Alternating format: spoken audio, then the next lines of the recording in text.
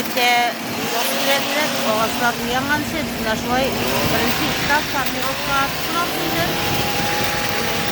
Yazga karşı kirgeti kabalatsa ağaçlarla kirişler koyuyor, süslerler koyuyor, bakmaklar karıştırıyorsun şimdi. Bakmına ağaçlar uyangan şekilde kaysa kalıyor. Burada şuay birinci kitap buran makaylar. Andar usul makaylarına kadar uyanlar. Nice ağaçlar var burada. Yine toplumlarına yine bakın. Yani aslında da bir süreçler var.